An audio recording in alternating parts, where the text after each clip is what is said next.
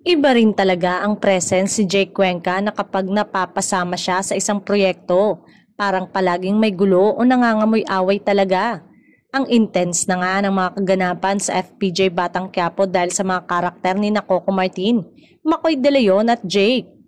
Kung dati nga, ay ang mga karakter ni Coco at Makoy lang ang nag-aaway-away. Mas malupit ang kompetisyon ngayon sa serye dahil ang karakter ni Jake mismo ang magpapalaki ng gulo sa pagitan ng magkapatid na si Coco at si Makoy. Si Jake kasi ang kalaban ni Tanggol sa politika kaya plano niyang gamitin si David o Makoy laban kay Tanggol. Naloka tuloy ang mga netizen sa matinding plot twist at lalo na silang naiintriga kung magagawa nga ba ni David ang utos ni Miguelito. Sabi talaga ng mga manonood, nagsanib puwersa ang dalawang certified kontrabida sa buhay ni Tanggol. Pero hindi lang yon ang plot twist sa FPJ Batang Quiapo dahil tila bumaliktad ang mundo nang ipakita sa ilang eksena na magkakampi si David at Tanggol laban kay Miguelito.